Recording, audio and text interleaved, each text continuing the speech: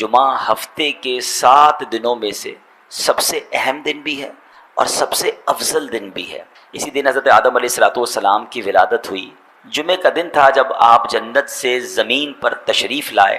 جمعے میں ایک ایسی گھڑی ہے کہ اس میں دعا کی جائے گی، وہ قبول ہوگی جب تک حرام کا سوال نہ کرے۔ اسی دن قیامت قائم ہوگی۔ اسی دن فرعون غرق ہوا اور بنی اسرائیل کو اس سرکش سے نجات ملی۔ اسی دن حضرت یونس علیہ السلام کو مچھلی کے پیٹ سے رہائی عطا ہوئی۔ فضائل درود میں ملتی ہیں۔ جمعرات کی رات اور جمعے کا دن یہ خاص درود پاک پڑھنے کا وقت ہے۔ جمعرات کی رات کوئی نارمل نائٹ نہیں ہے، یہ کوئی جس کو آپ کہیں کہ جیسے پورا ہفتہ ہے ویسے ہی جمعرات کی رات ہے، ایسا نہیں۔ جمعرات کی رات کو بچپن سے ایک جملہ آپ نے بھی سنا ہے، میں نے بھی بزرگوں کو سنا کہ جمعرات بھری مراد، جمعرات کو مرادیں بھری جاتی ہیں۔ ہمارے استاد صاحب ایک بات کہا کرتے تھے کہ بزرگوں کی بات جو ہے نا وہ فضول نہیں ہوتی، بزرگوں کی اکثر باتوں کی کوئی نہ کوئی اصل ہوتی ہے، پیچھے کوئی نہ کوئی وجہ ہوتی ہے۔ تو یہ جو جمعرات بھری مراد ہے نا، یہ بچپن سے سنتے رہے، پھر جب بڑے ہوئے کتابیں پڑھی تو پتہ چلا کہ روایتوں میں یہ مضمون ملتا ہے کہ جمعرات کو مانگی جانے والی دعائیں رد نہیں کی جاتی ہیں، یعنی دوسرے لفظوں میں مرادیں بھر دی جاتی ہیں، مرادیں پوری کر دی جاتی ہیں جمعرات کو۔ پھر دوسری بات، چونکہ جمعرات بیسیکلی یہ جمعے کی رات ہے، اس لیے اس کو جمعرات کہا جاتا ہے، یاد رکھیے گا۔ اور جمعہ جو ہے وہ اتنا امپورٹنٹ ڈے ہے، اتنا مبارک دن ہے کہ سورہ جمعہ قرآن میں جمعے کی فضیلت بیان کرنے کے لیے، اس کی اہمیت بیان کرنے کے لیے ایک پوری سورت سورہ جمعہ کے نام سے قرآن پاک میں جگمگا رہی ہے۔ اور جمعے کی ایک نیکی، سبحان اللہ، علماء فرماتے ہیں کہ جمعے کو کوئی شخص ایک نیکی کرے اسے 70 ٹائمز یعنی 70 گنا زیادہ ثواب ملتا ہے۔ تو یہ جمعرات شروع ہوئی نا، نیکیوں کا سمجھ لیں میٹر شروع ہو گیا ہے۔ آپ جو بھی نیکی کریں گے اللہ بڑا کریم ہے، اس کے خزانوں میں کمی نہیں، یہ نیکیاں ملٹی پلائی ہونا شروع ہو گئی ہیں، سبحان اللہ۔ جبھی جمعے کے دن اگر حج آ جائے تو علماء فرماتے ہیں، مفتی احمد یار خان نجمی فرماتے ہیں، جو جمعے کو حج آ جائے تو وہ 70 حج کے برابر ہے، اسی لیے اس کو حج اکبر بھی کہا جاتا ہے، اکبری حج بھی کہا جاتا ہے۔ تو بہرحال بہت ساری فضیلتیں جمعے کے درود کی، جمعرات کے درود کی، مگر ایک عاشق رسول کے لیے ایک فضیلت بڑی کمال کی ہے کہ اللہ کے حبیب صلی اللہ تعالی علیہ وسلم فرماتے ہیں، جس کا مضمون ہے کہ اور دنوں کا درود فرشتے مجھ تک پہنچاتے ہیں، مگر جب جمعہ کا دن آتا ہے تو میں درود براہ راست خود سماعت کرتا ہوں۔ جو بیچ میں فرشتوں کا واسطہ ہے نا وہ بھی ہٹ جاتا ہے، اب غلام درود پڑھتا ہے، آقا سماعت کرتے ہیں۔ ڈائریکٹ ڈائلنگ ہے بھائی، جمعرات کی رات اور جمعے کا دن براہ راست رابطہ ہے، جتنا ہو سکے جمعرات کی رات بھی جمعہ کا دن بھی کثرت سے درود پاک پڑھ کر گزارا کریں۔ آئیے مل کر محبت کے ساتھ بآواز بلند درود پاک پڑھ لیں۔ صلو علی الحبیب صلی اللہ تعالی علی محمد صلی اللہ علیہ وسلم۔ ماہ سفر المظفر جاری ہے اور یہ مہینہ برکتوں والا بھی ہے، رحمتوں والا بھی ہے، بڑے تاریخی واقعات بھی اس میں ہوئے ہیں، مگر بدقسمتی سے سفر کے حوالے سے بھی کچھ دنوں اور کچھ فگرز یعنی اعداد کے حوالے سے بھی، عدد کے حوالے سے بھی لوگوں میں عجیب عجیب وہم پھیلائے جاتے ہیں۔ سفر کا مہینہ بڑا منحوس ہوتا ہے، فلاں دن اچھا نہیں ہوتا ہے، فلاں نمبر اچھا نہیں ہوتا ہے، عجیب عجیب باتیں اور بدشگونیاں اور جس کو آپ کہیں غلط فہمیاں پھیلائی جاتی ہیں۔ آج اگر آپ غور سے بیان سنیں گے تو بہت ساری غلط فہمیاں جو ہیں وہ دور ہو جائیں گی، اور یہ سیکھنے کو ملے گا کہ کیا کوئی واقعی دن، مہینہ، شخص، عدد، گھڑی، کوئی عمل ایسا ہوتا ہے کہ جس کی وجہ سے یہ منحوسیت آ جاتی ہے، بدشگونی ہو جاتی ہے، کام خراب ہو جاتا ہے۔ توجہ سے سنیے گا، انشاءاللہ آج کا بیان نارمل جو ہمارا بیان ہوتا ہے اس سے کچھ ہٹ کر ہے، مگر بڑا کمال کا ٹاپک ہے اور بڑی معلومات آج آپ کی معلومات میں اضافہ ہوگا۔ منقول ہے کہ ایک شخص کے بارے میں آتا ہے کہ وہ اس کے بارے میں آتا ہے کہ ایک بادشاہ جو ہے اپنے وزیروں مشیروں کے ساتھ دربار میں موجود تھا کہ کالے رنگ کے آدمی کو، کالے رنگ کا تھا اور ایک آنکھ والا تھا، اس کو بادشاہ کے سامنے پیش کیا گیا، اور لوگوں کو شکایت تھی کہ بادشاہ سلامت یہ اتنا منحوس ہے کہ جو اس کی شکل دیکھ لیتا ہے اسے ضرور کوئی نہ کوئی نقصان اٹھانا پڑتا ہے، آپ مہربانی کریں اس بندے کو ملک سے باہر نکال دیں۔ جس نے بھی اس کو دیکھا ہے نا اس کا کام خراب ہی ہوتا ہے۔ تھوڑی دیر سوچنے کے بعد بادشاہ نے کہا کہ پہلے میں جو ہے نا اس پر تجربہ کروں گا، ایک بندے کے بارے میں ڈیسیژن لینے سے بہتر ہے ایک تجربہ میں بھی کر کے دیکھتا ہوں۔ بادشاہ نے آرڈر دے دیا کہ صبح سویرے اس بندے کا چہرہ مجھے دکھانا سب سے پہلے، اس کے بعد میں اپنا دن اسٹارٹ کروں گا۔ ایسا ہی کیا گیا۔ بادشاہ سلامت کے سامنے وہ کالے رنگ کا ایک آنکھ والا آدمی کھڑا کر دیا گیا، ارلی ان دا مارننگ، صبح ہی صبح۔ بادشاہ اس کو دیکھا، اس نے واپس پلٹ کر آیا، اپنے کام کاج اس نے پلان شروع کیا، دن شروع کرنے کی تیاری کی۔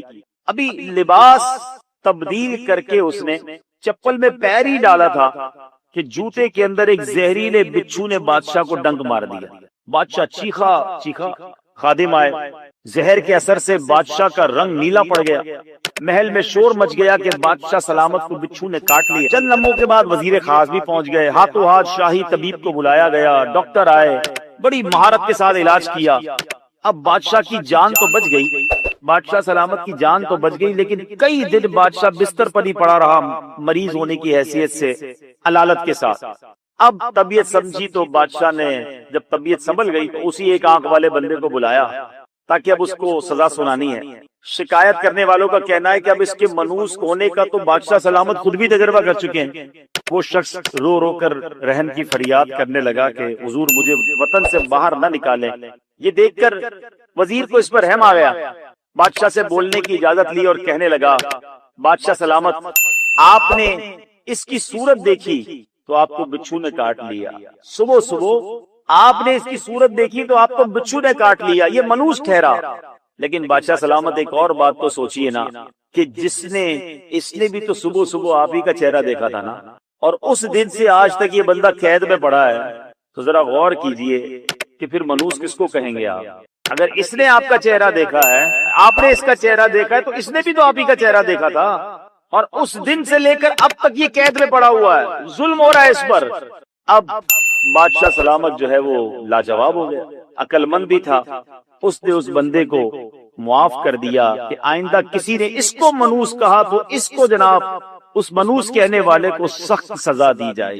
اس واقعے سے پتا چلا کوئی شخص منحوس نہیں ہوتا، زندگی میں آزمائش آنی ہوتی ہے تو وہ آ جاتی ہے، مگر کسی شخص کو، کسی دن کو، کسی ٹائم کو، کسی عمل کو دیکھ کر بندہ کہے کہ نہیں جناب اب تو کام خراب ہی ہونا ہے۔ اس میں دیکھیں ایک اور بڑی بات پتہ کیا ہے، جب کوئی شخص کسی کو منحوس قرار دیتا ہے یہ گناہوں کا میٹر شروع کر دیتا ہے۔ آپ سوچیں، آپ کسی کو یہ کہتے ہوں گے تو اس کے دل میں تکلیف کتنی ہوتی ہوگی۔ اگر کسی کے بارے میں یہ مشہور کر دیا جائے، کبھی سوچا اس مسلمان کی تکلیف کا عالم کیا ہوگا، اس کی دل آزاری کتنی ہوتی ہوگی، یہ اکیلے میں کتنا روتا ہوگا۔ اللہ کے حبیب صلی اللہ علیہ وسلم نے فرمایا جو کسی مسلمان کی برائی بیان کرے جو اس میں نہیں پائی جاتی تو اس کو اللہ عز و جل اس وقت تک دوزخیوں کے کیچڑ، پیپ اور خون میں رکھے گا جب تک وہ اپنی کہی ہوئی بات سے نہ نکل جائے۔ الامان والامان، آج تو تھوڑی دیر نہیں لگاتے، وہ ارے بڑا چور ہے، وہ تو ارے جناب وہ تو بڑا چیٹر ہے، اچھا وہ ارے اس کے تو بڑے حرام کے کاروبار ہیں، اچھا اس کی بات کر رہے ہو، ارے وہ بھائی اس نے بڑے غلط کام کیے ہوئے ہیں، وہ ہمیں بڑا نیک دکھتا ہے، ہم سے پوچھو اس کے پیچھے گھر میں کیا معاملات ہیں۔ ارے آپ کو پتا نہیں ہے آپ کسی کے بارے میں کیسے ایسی باتیں کر سکتے ہیں۔ یاد رکھیے گا ہم سارے مل کر بھی کسی کی عزت چھیننے کی کوشش کریں نا، اور جس کو اللہ نے عزت دی ہے اس کا کوئی کچھ نہیں بگاڑ سکتا۔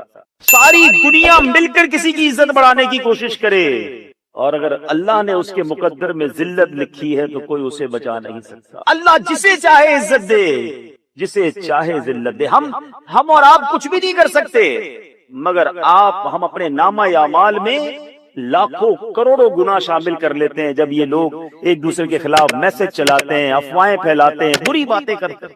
ہم ہوتے کون ہیں کسی کے بارے میں غلط بات کرنے والے؟ بڑی پیاری بات بزرگ کہتے ہیں نا، کسی کی طرف ایک انگلی اٹھاؤ گے یہ باقی 3 انگلیاں تمہاری طرف ہیں۔ آج کسی کا عیب لوگ خوش ہوتے، پتا چلا اس نے یہ کیا، ہاں اس کے بیٹے نے یہ کیا، اس کی بیٹی کا یہ معاملہ ہو گیا، اس کی بہو کا یہ مسئلہ ہو گیا۔ آج دوسروں کے عیبوں پر، دوسروں کی خامیوں پر خوش ہونے والوں، کبھی سوچا کہ میرے اور آپ کے عیب کھل گئے تو ہم کسی کو منہ دکھانے جیسے رہیں گے؟ ذرا سوچو نا، کتنی ایسی باتیں جو صرف مجھے پتا ہے، آپ کو پتا ہے، اللہ کو پتا ہے، اور کسی کو نہیں پتا۔ ہمارے اتنی غلطیاں ہیں، اتنے گناہ ہیں ہمارے، اللہ نے عیب۔ بچہ تو روزانہ یہی ازیوم کر رہا ہے نا، وہ یہی سمجھ کے کھا رہا ہے لذیذ کھانا، کہ بیٹا کھانا کہاں سے آیا؟ کہا اللہ نے دیا۔ اب وہ پریشان ہو گئی، اپنے شوہر کے پاس آئی، حضرت احمد بن حرب کے پاس، کہا حضور کمال ہو گیا۔ تھا کیا ہوا؟ کہ روز کھانا رکھتی، آج لیٹ ہو گئی، جب پہنچی تو بچہ خود کھا رہا تھا۔ فرمایا مجھے اسی دن کا انتظار تھا، اب تمہیں کھانا دینے کی ضرورت نہیں ہے، اللہ اسے روز غیب سے روزی عطا فرمائے۔ تو یہ ڈیولپمنٹ تھی، یہ بچوں کی تربیت تھی۔ سوچو جو دل میں یہاں بیٹھے ہیں نا، مجھے اور آپ ہمیں اپنے بچوں کی یہ تربیت کرنی ہے کہ بیٹا اللہ پر بھروسہ کرنا ہے، دنیا والوں پر نہیں، اسباب پر نہیں، پیسوں پر نہیں ہے، تعلقات ہوں گے۔ آج بچوں کو کیا سکھاتے ہیں ماں باپ؟ دیکھو بیٹا پیسے ہوں گے تو ترقی کرو گے، پیسے سنبھال کے رکھنا، پیسے سنبھل کے خرچ کرنا، مال ہوگا تو مصیبتیں دور ہوں گی۔ دیکھو بیٹا فلاں سے تعلق ہوگا تو مشکل میں کام آئے گا، فلاں بندہ تمہیں یہاں ہیلپ دے گا۔ ہم شروع سے بچے کو اینٹی توکل سکھاتے ہیں، وہ اس کا توکل ہی ختم ہو جاتا ہے، وہ کہتا ہے پیسے چاہیے، مال ہوگا تو میں دنیا میں خوش ہو سکوں گا۔ یہ بے وقوفی ہے۔ یاد رکھو اگر پیسے سے خوشی ملتی ہوتی تو کوئی مالدار غمگین نہ ہوتا۔ لوگ کہتے پیسہ ہوگا تو شفا ہوگی نا، پیسہ ہوگا تو علاج کروائیں گے۔ میں آپ سے پوچھتا ہوں اگر آپ کو اللہ نے شفا نہیں دینی ہے تو دنیا کا بہترین ڈاکٹر، دنیا کا بہترین ہاسپٹل اور کروڑوں روپے خرچ کر لو، شفا نہیں ملے گی، بستر مرض پر ہی انتقال کر جائے گا بندہ۔ اور جس کو رب نے شفا دینی ہے، دوائی کے پیسے نہ ہو، بندہ کینسر کے مرض میں سوتا ہے، صبح اٹھتا ہے تو اٹا کٹا ہو جاتا ہے۔ بھروسہ اللہ پر رکھو، شفا دینے والی ذات، خوشی دینے والی ذات، عافیت دینے والی ذات رب کائنات کی ہے۔ اچھا شیطان پھر ادھر سے نہیں تو ادھر سے پکڑتا ہے، کہتا ہے یار پیسے ہوں گے تو مدینے بھی تو جائیں گے نا۔ بندے کو پیسے کے پیچھے لگاتے ہوئے کیا کہتا ہے؟ حج بھی تو کرنا ہے، مدینے جانا ہے، پیسے ہوں گے تو جائیں گے۔ یہ بھی بے وقوفی ہے۔ آپ کو ایسے لاکھوں پیسے والے ملیں گے جنہوں نے ساری دنیا دیکھی ہوگی، مدینہ نہیں دیکھا ہوگا۔ اور میں نے ایسے کئی غریب دیکھے ہیں جن کے پاس، لیکن کچھ لوگ ایسے بھی تھے جو صدیوں تک سوتے رہے۔ جی ہاں، ایک نہیں، دو نہیں، بلکہ 3 صدیاں وہ آرام کرتے رہے۔ وہ کون لوگ تھے جو 300 سال سے زیادہ عرصہ سوتے رہے؟ اور اس میں اللہ کی کیا حکمت تھی؟ آئیے قرآنی واقعے کو سنتے ہیں۔ ماجرا کچھ یوں تھا کہ حضرت عیسیٰ علیہ السلام کو جب آسمانوں پر اٹھا لیا گیا تو عیسائیوں کا حال بے حد خراب اور ابتر ہو گیا۔ لوگ بت پرستی کرنے لگے، دوسروں کو بھی بت پرستی پر مجبور کرنے لگے۔ خصوصاً ان کا ایک بادشاہ دقیانوس تھا، وہ بڑا ظالم تھا، اور وہ شخص جو بھی اس طرح جھوٹے خداؤں کو ماننے سے فرماتے تھے۔ نمبر 2، حضرت ابو جعفر رضی اللہ تعالیٰ عنہ فرماتے ہیں حضور پرنور علیہ السلام جمعہ کی نماز میں سورہ جمعہ اور سورہ منافقون کی تلاوت فرماتے تھے۔ سورہ جمعہ کی تلاوت کے ذریعے مسلمانوں کو بشارت دیتے اور مزید نیک اعمال کرنے پر ابھارتے تھے، جبکہ سورہ منافقون کے ذریعے منافقوں کو مایوس کرتے اور ان کی سرزنش فرماتے تھے۔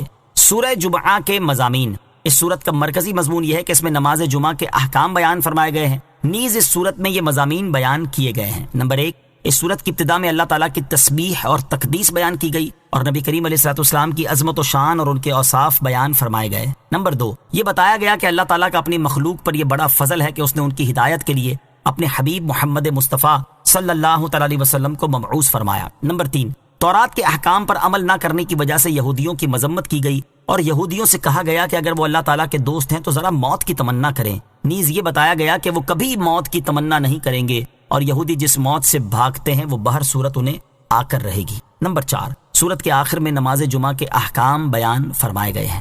سورہ صف کے ساتھ مناسبت، سورہ جمعہ کی اپنے سے ماقبل سورت صف کے ساتھ ایک مناسبت یہ ہے کہ سورہ صف میں حضرت موسیٰ علیہ السلام اور ان کی قوم کا حال بیان کیا گیا اور انہوں نے حضرت موسیٰ علیہ السلام کو جو اذیتیں دیں انہیں ذکر کیا گیا، اور اس صورت میں اللہ تعالیٰ نے اپنے حبیب علیہ السلام کا حال اور ان کی امت کی فضیلت و شرافت بیان فرمائی تاکہ دونوں امتوں میں فرق ظاہر ہو جائے۔ دوسری مناسبت یہ ہے کہ سورہ صف میں ذکر کیا گیا کہ حضرت عیسیٰ علیہ السلام نے ایک عظیم رسول کی تشریف آوری کی بشارت دی جن کا اسم گرامی احمد ہوگا، اور سورہ جمعہ میں بتایا گیا کہ حضرت عیسیٰ علیہ السلام نے جن کی بشارت دی تھی وہ 2 عالم کے تاجدار اور انبیاء کرام علیہ السلام کے سردار ہیں۔ بسم اللہ الرحمن الرحیم۔ ترجمہ، اللہ کے نام سے شروع جو نہایت مہربان رحمت والا ہے۔ یسبح للہ ما فی السماوات وما فی الارض الملک القدوس العزیز الحکیم۔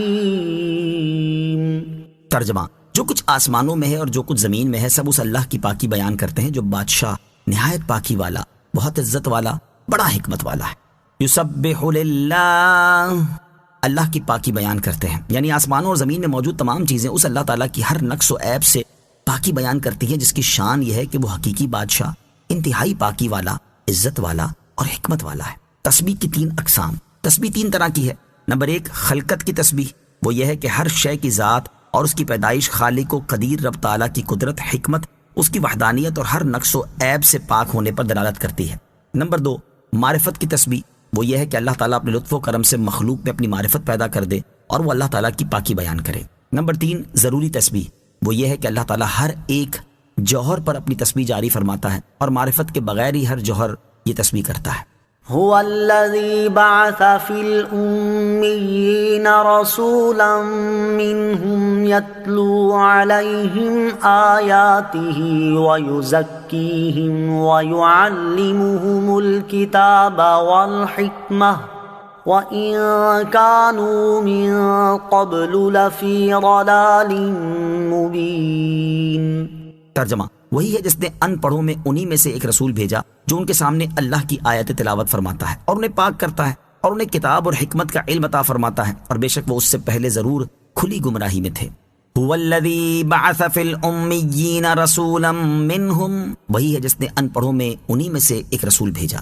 ارشاد فرمایا کہ وہی اللہ ہے جس نے ان پڑھوں میں انہی میں سے ایک رسول بھیجا جس کی نسب و شرافت کو وہ اچھی طرح جانتے پہچانتے ہیں۔ ان کا نام پاک محمد مصطفیٰ صلی اللہ تعالیٰ علیہ وسلم ہے۔ وہ ان کے سامنے قرآن مجید کی آیت تلاوت فرماتے ہیں جن میں رسالت، حلال و حرام اور حق و باطل کا بیان ہے۔ انہیں باطل عقیدوں، مذموم اخلاق، دور جاہلیت کی خباثتوں اور قبیح اعمال سے پاک کرتے ہیں، اور انہیں کتاب اور حکمت یعنی قرآن، سنت اور فقہ یا شریعت کے احکام اور طریقت کے اسرار کا علم عطا فرماتے ہیں۔ اور بے شک لوگ نبی کریم علیہ الصلوۃ والسلام کی تشریف آوری سے پہلے ضرور کھلی گمراہی میں تھے کہ شرک، باطل عقائد اور خبیث اعمال میں گرفتار تھے۔ انہیں کامل مرشد کی شدید حاجت تھی۔ نبی پاک علیہ الصلوۃ والسلام کی صفت نبی امی کی 3 وجوہات۔ سید المرسلین صلی اللہ تعالیٰ علیہ وسلم کی ایک صفت نبی امی ہے، اس کی بہت سی وجوہات ہیں، یہاں اس کی 3 وجوہات سماعت کیجیے۔ نمبر 1 آپ امت امیہ کی طرف مبعوث ہوئے، کتاب شاعیہ میں ہے، اللہ تعالیٰ فرماتا ہے میں امیوں میں ایک امی بھیجوں گا اور اس پر نبوت ختم کر دوں گا۔ نمبر 2 آپ کی بعثت ام القریٰ یعنی مکہ مکرمہ میں ہوئی۔ نمبر 3 حضور پرنور علیہ الصلوۃ والسلام لکھتے اور کتاب سے کچھ پڑھتے نہ تھے، اور یہ آپ کی فضیلت تھی کہ علم انتہائی یاد ہونے کی وجہ سے اس کی حاجت نہ تھی۔ خط ایک ذہنی صنعت ہے جو کہ جسمانی آلے سے صادر ہوتی ہے، تو جو ذات ایسی ہو کہ قلم اعلیٰ اس کے زیر فرمان ہو، اس کو اس کتابت کی کیا حاجت؟ پھر حضور اکرم علیہ الصلوۃ والسلام کی کتابت نہ فرمانا اور پھر بھی کتابت کا ماہر ہونا ایک عظیم معجزہ ہے۔ آپ کاتبوں کو لکھنے کا علم اور کتابت کے طریقے تعلیم فرماتے، پیشہ وروں کو پیشوں کی تعلیم دیتے ہیں، حتیٰ کہ دنیا و آخرت کے ہر کمال میں اللہ تعالیٰ نے آپ کو تمام مخلوق سے زیادہ علم والا بنایا ہے۔ اعلیٰ حضرت امام احمد رضا خان رحمۃ اللہ تعالی کیا خوب فرماتے ہیں، فرش تا عرش سب آئینہ ضمائر حاضر، بس قسم کھائی یہ امی تیری دانائی کی۔ آیت هو الذی بعث فی الامیین رسولا منہم سے حاصل ہونے والی معلومات۔ اس آیت سے 5 باتیں معلوم ہوئیں۔ نمبر 1 دل کی پاکی حضور اکرم علیہ الصلوۃ والسلام کی نگاہ کرم سے ملتی ہے، ایمان اور اعمال پاکی کے اسباب ہیں۔ نمبر 2 قرآن و حدیث آسان نہیں کہ ہر کوئی محض اپنی عقل سے سمجھ لے، ورنہ ان کی تعلیم کے لیے حضور پرنور علیہ الصلوۃ والسلام نہ بھیجے جاتے۔ نمبر 3 ہدایت کے لیے حدیث کی بھی ضرورت ہے۔ نمبر 4 قرآن مجید کو محض اپنی عقل سے نہ سمجھا جائے بلکہ حضور اکرم علیہ الصلوۃ والسلام کی تعلیم سے سمجھا جائے، ورنہ گمراہ ہو جائیں گے۔ نمبر 5 تاجدار رسالت صلی اللہ تعالیٰ علیہ وسلم دنیا میں کسی کے شاگرد نہیں، کیونکہ آپ کی تشریف آوری کے وقت عام لوگ جاہل تھے۔ اعلیٰ حضرت امام احمد رضا خان کیا خوب فرماتے ہیں، ایسا امی کس لیے منت کشے استاد ہو، کیا کفایت اس کو اقرا ربک الاکرم نہیں۔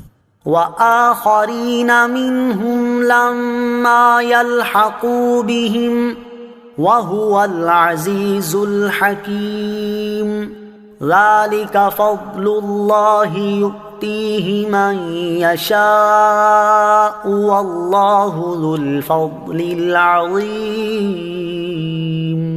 ترجمہ، اور ان سے بعد والے دوسرے لوگوں کو بھی یہ رسول پاک کرتے ہیں اور علم دیتے ہیں جو ان موجودہ لوگوں سے ابھی نہیں ملے، اور وہی بہت عزت والا بڑا حکمت والا ہے۔ یہ اللہ کا فضل ہے، وہ اسے جسے چاہے دے، اور اللہ بہت بڑے فضل والا ہے۔ وَآخَرِينَ مِنْهُمْ، اور ان سے بعد والے دوسرے لوگوں کو۔ اس آیت کا تعلق پہلے والی آیت کے ساتھ ہے، اور اس میں مزید ایسے افراد کا ذکر کیا گیا ہے جنہیں رسول کریم علیہ الصلوۃ والسلام پاک کرتے اور علم عطا فرماتے ہیں۔ یاد رہے کہ امیوں میں سے دوسرے لوگوں سے مراد یا تو عجمی ہیں یا وہ تمام لوگ مراد ہیں جو حضور اکرم علیہ الصلوۃ والسلام کے بعد قیامت تک اسلام میں داخل ہوں گے، اور اگلوں سے نہ ملنے سے مراد یہ ہے کہ ان کا زمانہ نہیں پایا بلکہ ان کے بعد آئے۔ دوسرے لوگوں سے عجمی مراد ہونے پر یہ حدیث پاک دلالت کرتی ہے۔ چنانچہ حضرت ابو ہریرہ رضی اللہ تعالیٰ عنہ فرماتے ہیں، جب نبی کریم علیہ الصلوۃ والسلام پر سورہ جمعہ نازل ہوئی تو اس وقت ہم آپ کی بارگاہ میں حاضر تھے۔ جب آپ نے یہ آیت وَآخَرِينَ مِنْهُمْ لَمَّا يَلْحَقُوا بِهِمْ تلاوت فرمائی تو ایک شخص نے عرض کی، یا رسول اللہ صلی اللہ تعالیٰ علیہ وسلم، جو اگلوں کے ساتھ ابھی نہیں ملے وہ کون لوگ ہیں؟ آپ علیہ الصلوۃ والسلام نے کوئی جواب نہ دیا، حتیٰ کہ اس نے 2 یا 3 بار عرض کی۔ اس وقت ہم میں حضرت سلمان فارسی رضی اللہ تعالیٰ عنہ بھی تھے۔ نبی کریم علیہ الصلوۃ والسلام نے حضرت سلمان رضی اللہ تعالیٰ عنہ پر ہاتھ رکھ کر فرمایا، اس ذات کی قسم جس کے دستے قدرت میں میری جان ہے، اگر دین سریا یعنی ستارے کے پاس بھی ہو تو فرزندان فارس وہاں جائیں گے اور دین کو حاصل کر لیں گے۔ اس آیت سے معلوم ہوا کہ حضور اقدس صلی اللہ تعالیٰ علیہ وسلم کا فیض صرف صحابہ کرام علیہم رضوان تک موقوف نہیں بلکہ قیامت تک رہے گا۔ لوگ ان کی نگاہ پاک سے پاک و صاف ہوتے ہیں اور ہوتے رہیں گے، علم سیکھتے ہیں اور سیکھتے رہیں گے۔ ذالک فضل اللہ، یہ اللہ کا فضل ہے، یعنی رسول کریم علیہ الصلوۃ والسلام اور ان کی امت کی فضیلت کے بارے میں جو ذکر کیا گیا یہ اللہ تعالیٰ کا فضل ہے، وہ جسے چاہے یہ فضل عطا فرمائے، اور اللہ تعالیٰ اپنی مخلوق پر بڑے فضل والا ہے کہ اس نے ان کی ہدایت کے لیے اپنے حبیب محمد مصطفیٰ صلی اللہ تعالیٰ علیہ وسلم کو مبعوث فرمایا۔ مثل الذين حملوا التوراة ثم لم يحملوها كمثل الحمار يحمل أسفارا بئس مثل القوم الذين كذبوا بآيات الله واللہ لا یہدی القوم الظالمین۔ ترجمہ، جن پر تورات کا بوجھ رکھا گیا پھر انہوں نے اس کا بوجھ نہ اٹھایا، ان لوگوں کی مثال گدھے کی مثال جیسی ہے جو کتابیں اٹھائے ہو۔ ان لوگوں کی کیا ہی بری مثال ہے جنہوں نے اللہ کی آیتوں کو جھٹلایا، اور اللہ ظالم لوگوں کو ہدایت نہیں دیتا۔ مثل الذین حملوا التوراۃ، ان کی مثال جن پر تورات رکھی گئی تھی۔ اس سے پہلے والی آیات میں بیان فرمایا گیا کہ حضور اقدس علیہ الصلوۃ والسلام امیوں کی طرف بھیجے گئے ہیں۔ یہودیوں نے اس پر یہ شبہ پیش کیا کہ سید المرسلین صلی اللہ تعالیٰ علیہ وسلم صرف عرب والوں کی طرف مبعوث ہوئے ہیں، ہماری طرف مبعوث نہیں ہوئے۔ اس پر اللہ تعالیٰ نے یہاں ان کی ایک مثال بیان فرمائی جس کا خلاصہ یہ ہے کہ وہ لوگ جن پر توریت کے احکام کی پیروی کرنا لازم کیا گیا، پھر انہوں نے توریت پر عمل نہ کر کے اس ذمہ داری کا بوجھ نہ اٹھایا، اور اس میں مذکور سرکار دو عالم علیہ الصلوۃ والسلام کی نعت و صفت دیکھنے کے باوجود آپ پر ایمان نہ لائے، ان لوگوں کی مثال گدھے جیسی ہے جو پیٹھ پر کتابیں اٹھائے اور بوجھ کے سوا ان سے کچھ بھی نفع نہ پائے، اور جو علوم ان کتابوں میں ہیں ان سے اصلاً واقف نہ ہوں۔ یہی حال ان یہودیوں کا ہے جو توریت اٹھائے پھرتے ہیں، اس کے الفاظ رٹتے ہیں لیکن اس سے نفع نہیں اٹھاتے اور اس کے مطابق عمل نہیں کرتے۔ ان لوگوں کی کیا ہی بری مثال ہے جنہوں نے اللہ تعالیٰ کی آیتوں کو جھٹلایا، اور اللہ تعالیٰ ان لوگوں کو ہدایت نہیں دیتا جو اس کے علم میں ظالم ہیں۔ یہودیوں کو گدھے سے تشبیہ دینے کی وجوہات۔ اس آیت میں یہودیوں کو کسی اور جانور کی بجائے گدھے سے تشبیہ دی گئی۔ اس کی ایک وجہ یہ ہے کہ گھوڑے اور خچر کی بنسبت گدھے پر زیادہ بوجھ لادا جاتا ہے۔ دوسری وجہ یہ ہے کہ گدھے میں جہالت اور حماقت کا معنی دوسرے جانوروں کی بنسبت زیادہ پایا جاتا ہے۔ تیسری وجہ یہ ہے کہ عرف میں بھی دوسرے جانوروں کے مقابلے میں گدھے کو حقیر سمجھا جاتا ہے۔ قرآن مجید کو نہ سمجھنے اور اس پر عمل نہ کرنے والوں کی مثال۔ علامہ علی بن محمد خازن رحمۃ اللہ تعالی فرماتے ہیں، اس آیت میں توریت پر عمل نہ کرنے والے یہودیوں کی جو مثال بیان کی گئی یہ ان لوگوں پر بھی صادق آتی ہے جو قرآن کریم کے معنی کو نہ سمجھیں اور اس پر عمل نہ کریں اور اس سے اعراض کریں۔ لہٰذا ہر مسلمان کو چاہیے کہ وہ قرآن مجید سمجھنے کی کوشش کرے اور اس کے دیے ہوئے احکام پر عمل کرے تاکہ اس پر یہ مثال صادق نہ آئے۔ علم پر عمل نہ کرنے کی 5 وعیدیں۔ یہاں علم پر عمل نہ کرنے کی 5 وعیدیں بھی سماعت کیجیے۔ نمبر 1، حضرت ابو ہریرہ رضی اللہ تعالی عنہ سے روایت ہے، نبی کریم علیہ الصلوۃ والسلام نے ارشاد فرمایا، قیامت کے دن لوگوں میں سب سے زیادہ سخت عذاب پانے والا وہ عالم ہوگا جسے اس کے علم نے کوئی نفع نہ دیا۔ نمبر 2، حضرت ولید بن عقبہ رضی اللہ تعالیٰ عنہ سے روایت ہے، حضور اقدس صلی اللہ تعالیٰ علیہ وسلم نے ارشاد فرمایا، اہل جنت میں سے کچھ لوگ اہل جہنم کے کچھ لوگوں کو دیکھ کر کہیں گے، تم جہنم میں کیوں داخل ہوئے، حالانکہ ہم جنت میں اسی علم کے ذریعے داخل ہوئے ہیں جو ہم نے تم سے ہی سیکھا تھا۔ وہ کہیں گے ہم جو کہتے تھے وہ کرتے نہیں تھے۔ نمبر 3، حضرت ابو درداء رضی اللہ تعالیٰ عنہ فرماتے ہیں نبی اکرم صلی اللہ تعالیٰ علیہ وسلم نے مجھ سے ارشاد فرمایا کہ اے عویمر، اس وقت تمہارا کیا حال ہوگا جب قیامت کے دن تم سے کہا جائے گا تو نے علم